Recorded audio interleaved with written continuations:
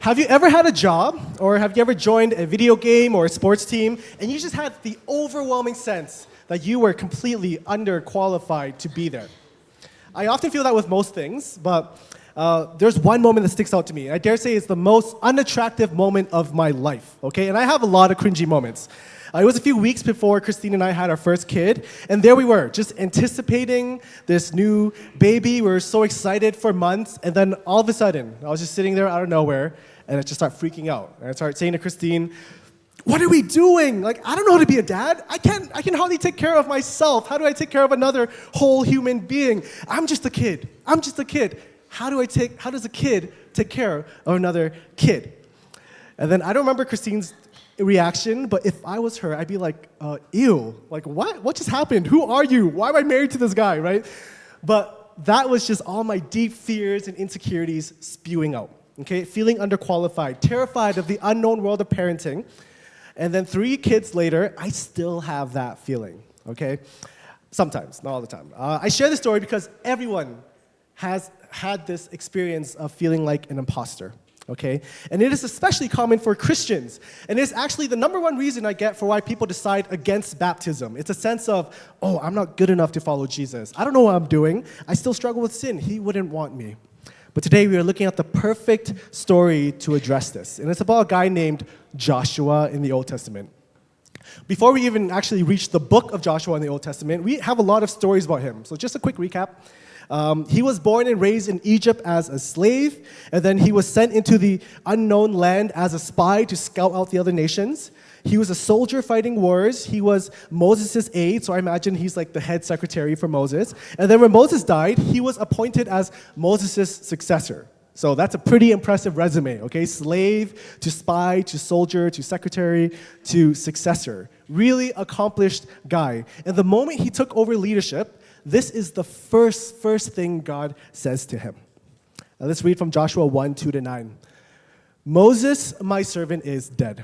Now then, you and all these people, get ready to cross the Jordan River into the land I'm about to give to them, to the Israelites. I will give you every place where you set your foot, as I promised Moses. Your territory will extend from the desert to Lebanon, from the great river, the Euphrates, all the Hittite country, to the Mediterranean Sea in the west. No one will be able to stand against you in all the days of your life. As I was with Moses, so I will be with you. I will never leave you nor forsake you. Be strong and courageous, because you will lead these people to inherit the land I swore to their ancestors to give them. Be strong and very courageous. Be careful to obey all the law my servant Moses gave you.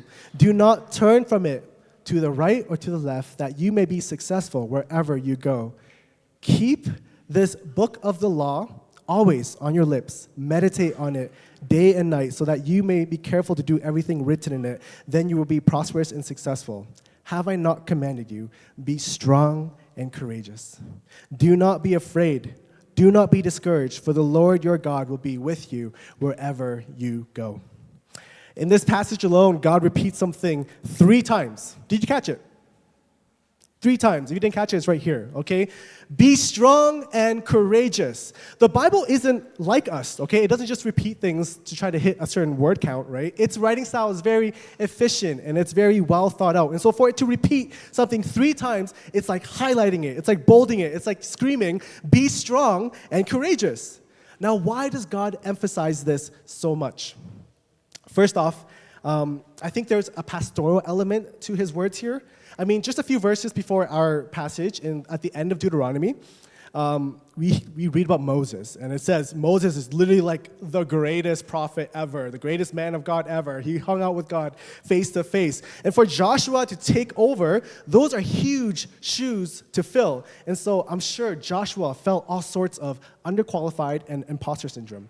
But also, as we continue through the story of Joshua for the next few weeks, we see that the path set out for Joshua is not at all an easy one. It requires strength and courage. But that's not just for Joshua. That's for every Christian. Okay? Following God is not an easy walk in the park. Whether you've been a Christian for decades or whether you're getting baptized today, following God comes with doing hard things, to say no to our desires, to say yes to love and sacrifice. And so that's why God tells us, be strong and courageous, because that is what it takes to get us thinking beyond ourselves. Be strong and courageous, because the natural thing to do is to fall into fear and despair and doubt. Be strong and courageous, because it is so easy to believe the worst about ourselves, about the world, and about even God. Be strong and courageous. But here's the thing, okay? Strength and courage is not the end goal here. It's not the end goal, because we can simply have those traits for many different reasons and towards many different things. So, for example, back in high school, my friends and I got into a very nasty habit of stealing, right? And after we stole something, we would come together and we'd share stories about what we stole. It's kind of like almost bragging about how fearless we were. I remember one friend, he was at a restaurant, and he stole someone's phone, this brand new iPhone 3G. Yes, I'm that old. And that was pretty much, they stole it right in front of the owner, pretty much, and he got away with it. And I was amazed. I was just like, what? How are you so brave? How are you so courageous? How are you so fearless? What about now, though? Do I think he's still courageous? I mean, he had guts, but it's more like he lacked a sense of consequence for how he's hurting himself and hurting other people. But that is obviously not the kind of strength and courage that God is telling us to have. See, it turns out that strength and courage without direction often become stupidity and chaos. Okay, strength and courage without direction often become stupidity and chaos. And God doesn't tell us to just be strong and courageous. He gives us wonderful reasons and a meaningful direction for our strength and our courage. He gives us wonderful reasons and a meaningful direction for our strength and our courage. First off, let's talk about wonderful reasons. The reasons for our strength and courage isn't meant to be in our pride, isn't meant to be in our ego. It's not some blind invincibility complex. It's the reassuring fact that God himself is with us in presence. Do you have a list when I talk on this mic? Okay. God himself is with us, okay? God says in verses 5 and 9, no one will be able to stand against you all the days of your life. As I was with Moses, so I will be with you. I will never leave you nor forsake you. In verse 9 we read, do not be afraid, do not be discouraged. Why? For the Lord your God will be with you wherever you go. That is awesome. But it doesn't stop there. With God's presence also comes God's promises. Okay, as we read in verses 3 and 6. Okay, I will give you every place where you set your foot, as I promised Moses. You will lead these people to inherit the land I swore to their ancestors to give them. God continues, he continues the promise that he made to Moses and to their ancestors over to Joshua, because that is simply who he is. He is constant. That is his name, pretty much, Yahweh, right? He is a promise keeper. What he says he'll do will come to be. And throughout the Bible, this is the awesome part, he has made so many good promises to us. And I love that these are the reasons that God gives us for strength and courage. Because in my head, Joshua is a pretty competent guy. Okay, he's an excellent man. So I imagine if I was God trying to give Joshua tips for strength and courage, I would say stuff like, yo, you are so gifted in all of these areas. When you feel like you can't do it, just believe in yourself, because I know you are capable. You've proven yourself before, and so prove yourself again with everything you got. That's what I would say, okay? Basic locker room motivational speech type stuff, okay?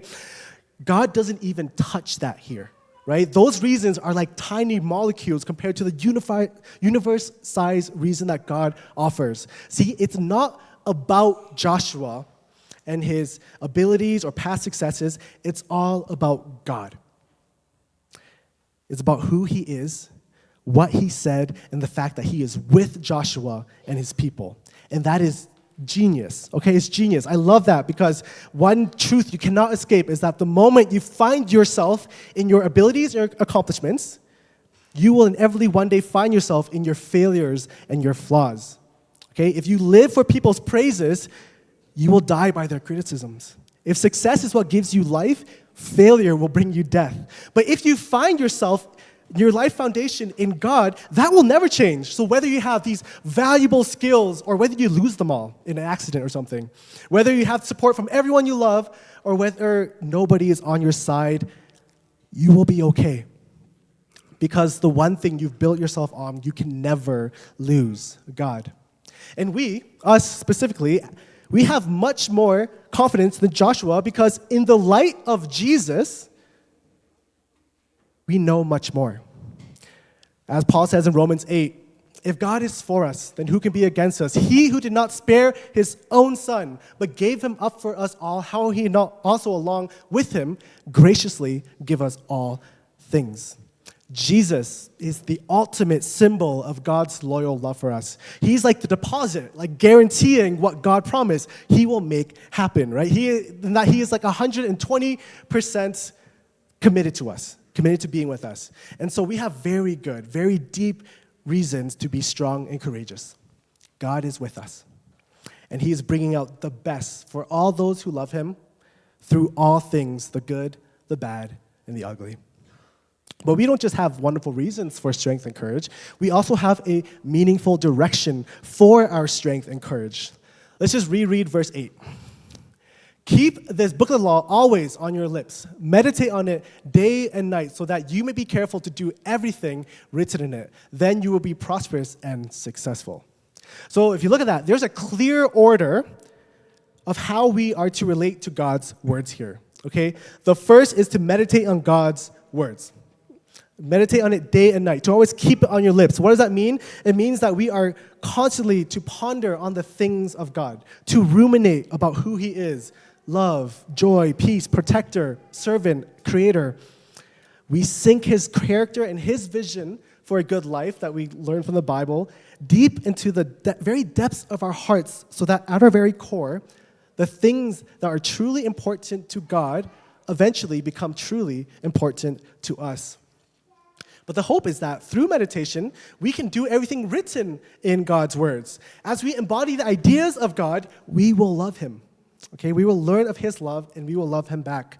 According to John 15, I don't have it, but the way we remain in his love is to do what he commands. And what does he command? He commands this: to love each other, to love one another as Jesus has loved us. See, that is the direction in which we're meant to point our strength and our courage towards love. That is where our meditation in God's words will lead us, to understand God's love for us and to better love others as well. Just a quick confession. I've been indulging in a lot of stories with revenge plot lines, okay? And it satisfies this like animalistic craving in me. But revenge is the easy way to life, okay? To love and to forgive as Jesus did, that is life on hard mode, right? And that requires strength and courage. And it doesn't come through sheer willpower. It comes through being slowly changed over time through meditation with and on God. And so let's do that. Let's do that all together, right? Make your time with God a non-negotiable event in your day that you say no to other things for. I'll say that again. Make your time with God a non-negotiable event in your day that you say no to other things for. Use cues to enter into a conversation with God, whether that's before you eat, or when you're about to drive, or when you're about to hop on the train. Train yourself to make God the ultimate habit of your life, and you will be strong and courageous for all the right reasons towards all the right things. And so to all of you, be strong and courageous, for God is with you, and he will never go against his good promises.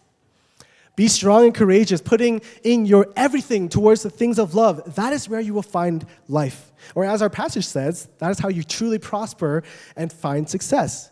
It is simply a law of the universe that God has built into the world, okay? Love will lead to joy, and his joy will be in us when we follow his way of love.